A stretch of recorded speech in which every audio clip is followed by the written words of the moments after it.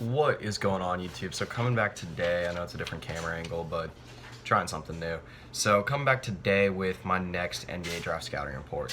So today I will be doing Domantas Sabonis. He is a 6'10" power forward out of Gonzaga, sophomore from Portland, originally from Lithuania. That is his nationality, and he's also got a 6'10" wingspan. If I didn't mention this, about 238, maybe 240 pounds. So, get into some of his strengths. First one is he's a great rebounder. That's his biggest strength. Anyone who's watched him knows that's his biggest strength. That's what you get the most out of him. He can score, but it's a guy that you mainly draft for a rebounder first. He's a very hard-working four. He averaged 11.8 rebounds per game this past year, compared to 0.9 blocks per game. So that's really what you're getting. Now, the increase he saw in minutes this year also helps that out. I believe per 40 minutes he averaged around 15 rebounds per game. So honestly, that's a pretty insane stat to me. But yeah, he improved his rebounds from 7.1 per game to 11.8 from his freshman to sophomore year. So next strength is he is very strong and aggressive. So at 240 pounds for 6'10", he does have a filled out frame. I don't think you need to pack any more pounds on him in the NBA. He might be able to put on 5 or 10 more, but he absorbs contact very well on the offensive and defensive end of the floor. Gets to the line actually a pretty frequent amount for how many shots he took, about 5 or 6 times per game getting to the line. He's a decent free throw shooter too. He improved that part of his game drastically.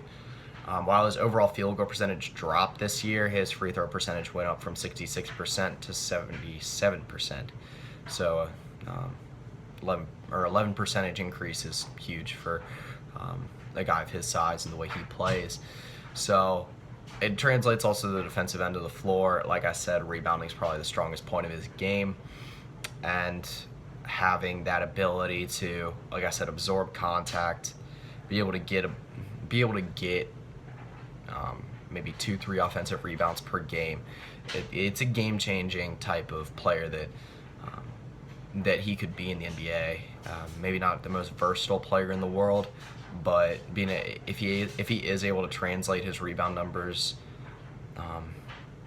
even somewhat positively to the NBA, then whatever team gets him is going to have a treat at the 4. So number 3.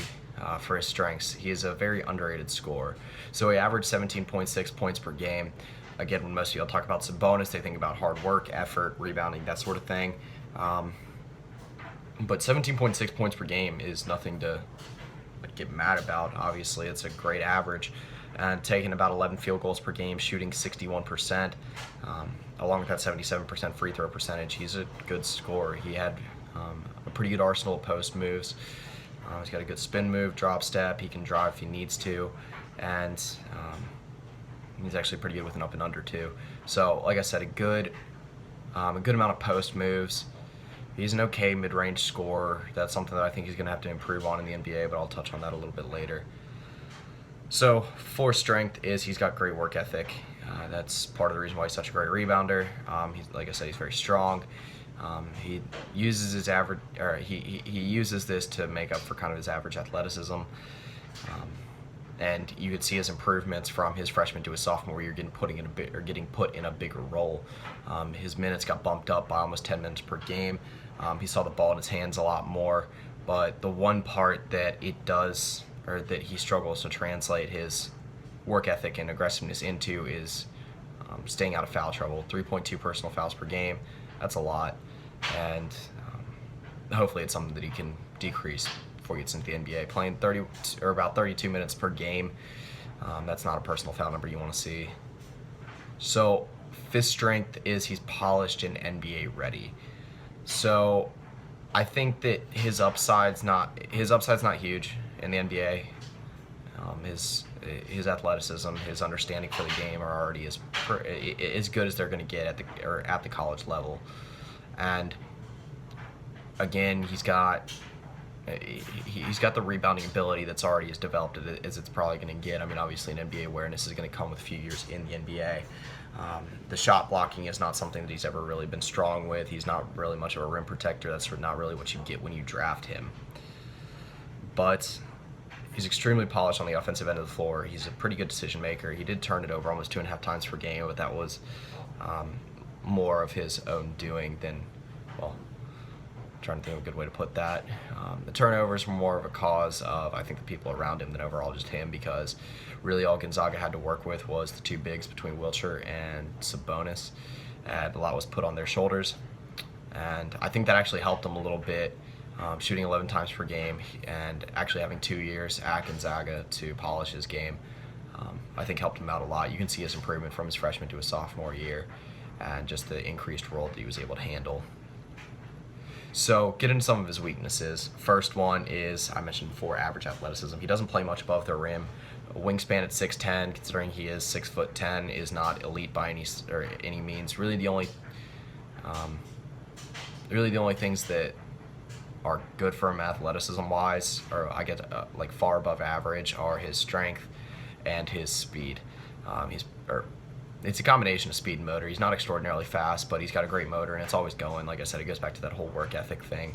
And he does make up for his average athleticism in other areas, but with a guy that had the ball in his hand that much, and a guy that likes to play around the rim, likes to play in the paint, you'd hope that the vertical would be a little bit better, and that the overall athleticism, speed, agility would be a little bit better too. But again, it's something he makes up for in other areas. Second weakness is he struggles in one-on-one matchups with good bigs. So this is going to be I think this is the most glaring problem when he goes to the NBA, is on defense he struggles mightily against stretch fours. You're talking about, I mean, if he ever has to guard a guy like, I mean, I get it, these are elite guys, but Anthony Davis, DeMarcus Cousins, Kevin Love, he's going to struggle against guys that are stretch shooters but can also play in the post. Now, Anthony Davis isn't much of a stretch four. Obviously, works mostly around mid-range and the rim, but Sabonis struggles versus length, athleticism, and people who can draw and shoot. And it goes back to the whole part of him not having a great wingspan, not having a great vertical, and that's where it's going to hurt him the most. Because a lot of times when he gets in trouble like that in college, he ended up fouling a lot, not staying very disciplined. Even though the footwork's good on defense, that helps him out a little bit with being able to stay a little bit more upright and not leading into players and giving contact where there should not be. But overall, he's going to have to learn how to adjust to playing, at least playing somewhat effective defense against some of the better bigs in the NBA, especially some of the bigger ones. All right, so get into his last weakness, and he's got a limited arsenal of tools on offense.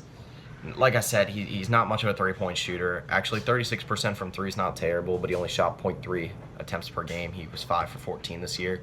So that might be an area to tap into potential-wise, but his mid-range game is something that's going to also have to improve.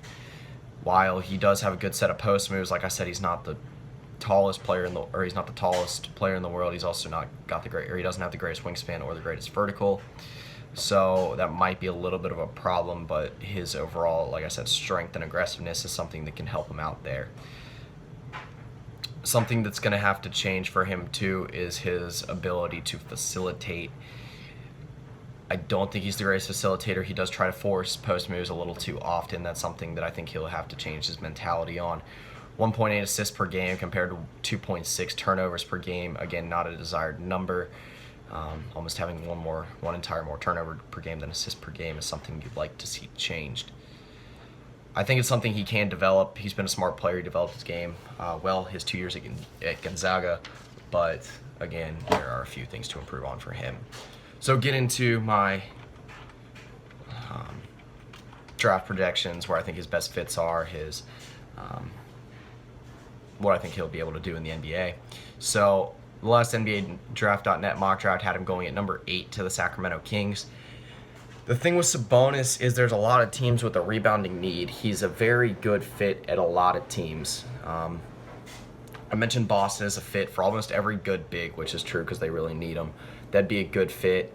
A few of the other ones that I would really like are Minnesota at 5, Denver at 7, and Toronto at 9. I think that he is definitely going to be a lottery pick. I think he's probably going to go top 10. Again, he's such an elite rebounder, and he's also got a good combination of strength and scoring ability to the point where it's going to be hard to see him making it out of the top 10. So when you're talking about projections for him, it's hard to say, but I think you're looking more around like maybe 8 and 8 when you're talking about 8 points, 8 assists. Again, this is a guy that's NBA ready. You can throw him right into the fire. I think this is a guy that can start day one in the NBA. I think you would want to have a deep rotation around him just because he gets into foul trouble easily, and sometimes he might be a little overmatched against some better bigs. So I think as long as he gets thrown into a situation where a team has a good rotation of bigs, maybe 3 or 4 deep, but they still have a decent rebounding need, that's probably the best fit for him. Also, he did perform well when he had another good big beside him. Wiltshire and Sabonis made a nice little Sweet 16 run in the tournament, showing really what that Gonzaga team could do when the bigs were going at full strength. Alright, so that pretty much does it for this video. Not much to say about Sabonis. Like I said, it's pretty easy to dissect his game. Elite rebounder, average athleticism, and underrated scoring ability are really the 3 biggest things for him. And like I said, most big college basketball fans already know a lot about him. He's a guy that I think will be a big-time player in the NBA. When you talk about safe picks, I'm not one to normally say something like that, but when you do talk about safe picks, I think he's probably one of the safest in the lottery. Like I said, you know what you get when you draft him, and you probably will be able to rely on his rebounding ability and at least above average scoring ability for a decade, maybe 15 years, if obviously subside injury, stuff like that. But yeah, that pretty much does it. Yesterday I did Henry Ellenson. I'll be coming back again tomorrow. I'd have to look over my list to see who's next, but if you've not seen Henry Ellenson yet, go check that out. The link will be in the outro. And the link to the entire playlist for all my NBA draft scouting reports will be in the description below. So that's pretty much it. See ya. Coming soon. So today I will be doing Henry Ellenson. I believe the last one I did was Joe Key. So moving with another big here. So a little bit of background information, stats, whatnot about Henry Ellenson. He is a 6'11" freshman center out of Marquette, from Rich Lake, Wisconsin, 245 pounds with a 7'2" wingspan.